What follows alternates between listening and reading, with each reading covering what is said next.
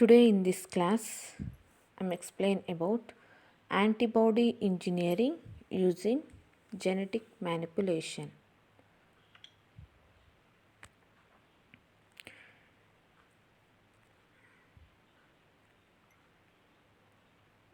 Natural antibodies consist of an antigen binding site joining to an effector region that is responsible for activating complement and or binding to immune cells. From a biotechnological viewpoint, the incredibly high specificity with which antibodies bind to a target protein is useful for a variety of purposes. Antibody engineering uses the antigen binding region of the antibody. These are manipulated and are attached to other molecular fragments. And to separate an antigen binding site from the rest of the antibody, gene segments encoding portions of antibody chains are subcloned and expressed in bacterial cells.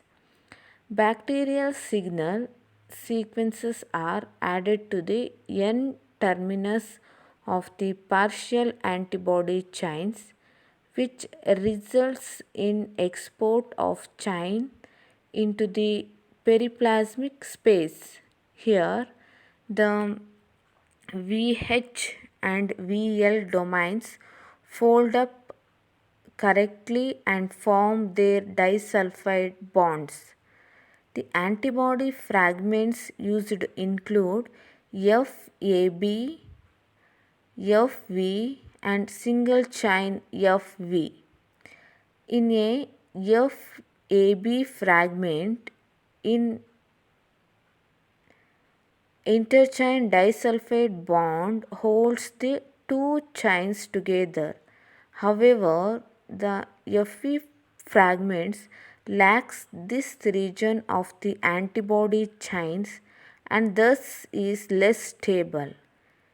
This led to development of the single chain Fe fragment in which the VH and VL domains are linked together by short peptide chain, usually 15 to 20 amino acids long.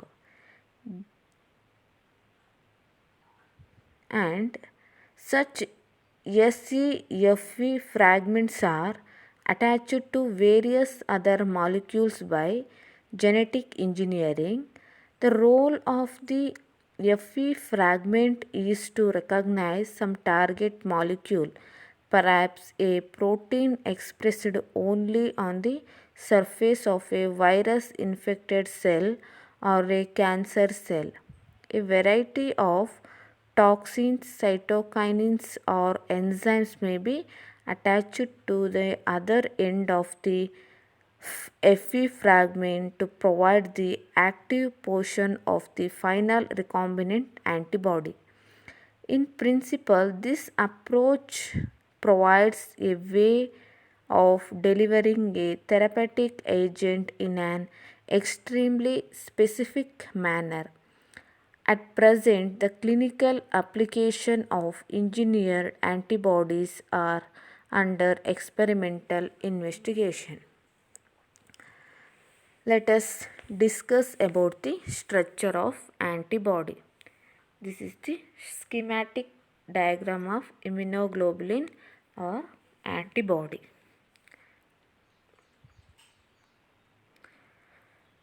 Antibody is Y-shaped structure and it consists of two equal half, and in each half one is heavy chain and one is light chain. That means total number of chain is 2 heavy chains plus 2 light chain.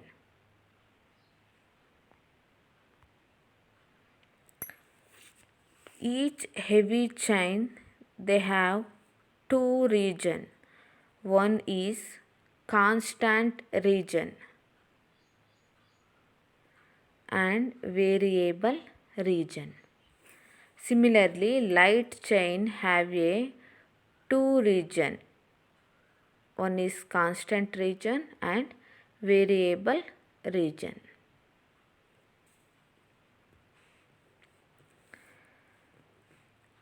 Let's talk about the structure of antibody.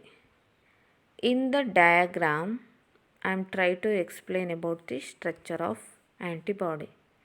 Heavy chain is quite big and they are equal in size.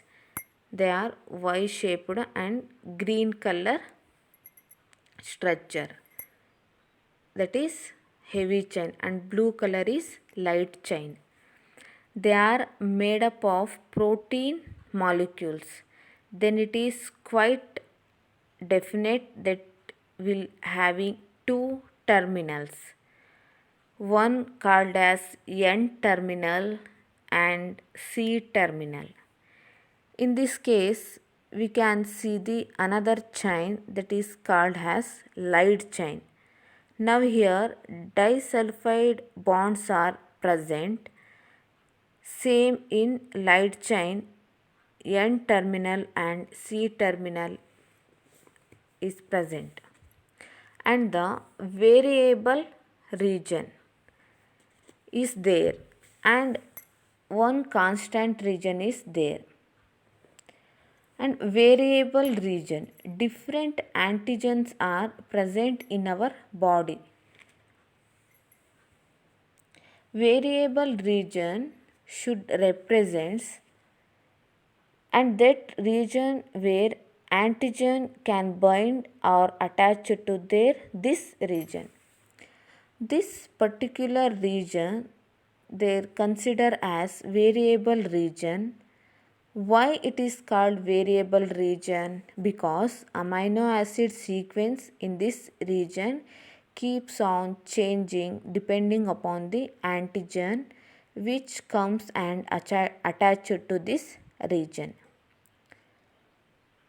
And in the structure of antibody, we can see the antigen binding site, that is FAB, and variable region of light chain and constant region of light chain. And in heavy chain, variable region of heavy chain and constant region of heavy chain. These chains are held together by disulfide bond.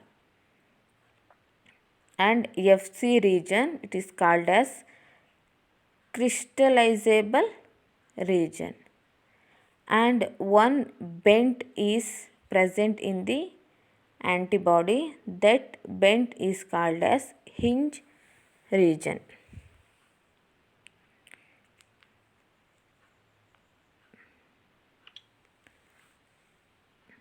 Next one is the antigen binding fragment, that is FAB. It is a region on an antibody that binds to antigen. It is composed of one constant and one variable domain of each of the heavy and the light chain. The variable domain contains a paratope, that is the antigen binding site. This comprising a set of complementary determining regions at the amino terminal end of the monomer. And each arm of the Y thus bind an epitope on the antigen.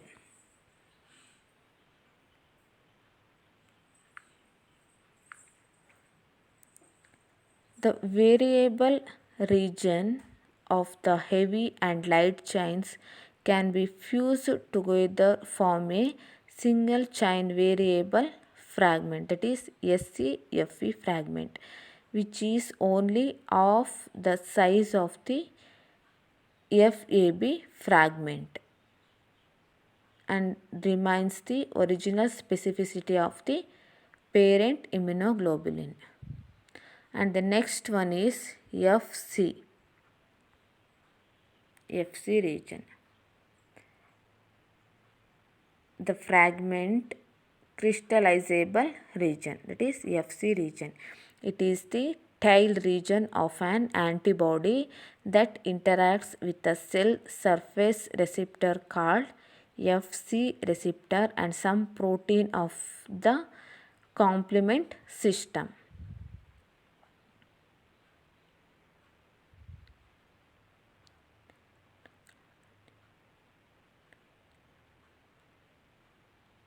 This property allows antibodies to activate the immune system.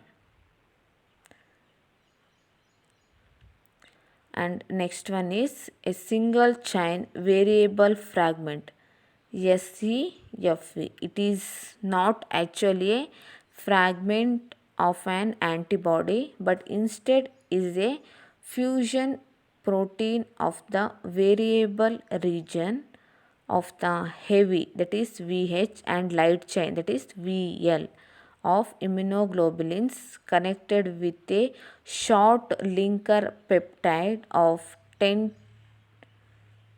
to about 25 amino acids.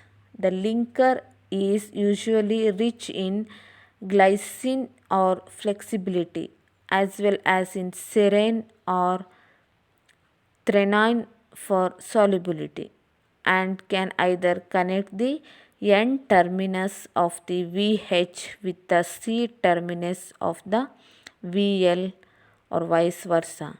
This protein retains the specificity of the original immunoglobulin despite removal of the constant regions and the introduction of the linker.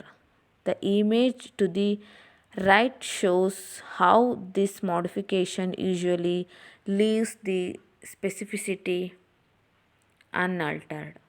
Unlike monoclonal antibodies, which are often produced in mammalian cell culture, and FV fragments are more often produced in the bacterial cell cultures such as Escherichia coli. Thank you.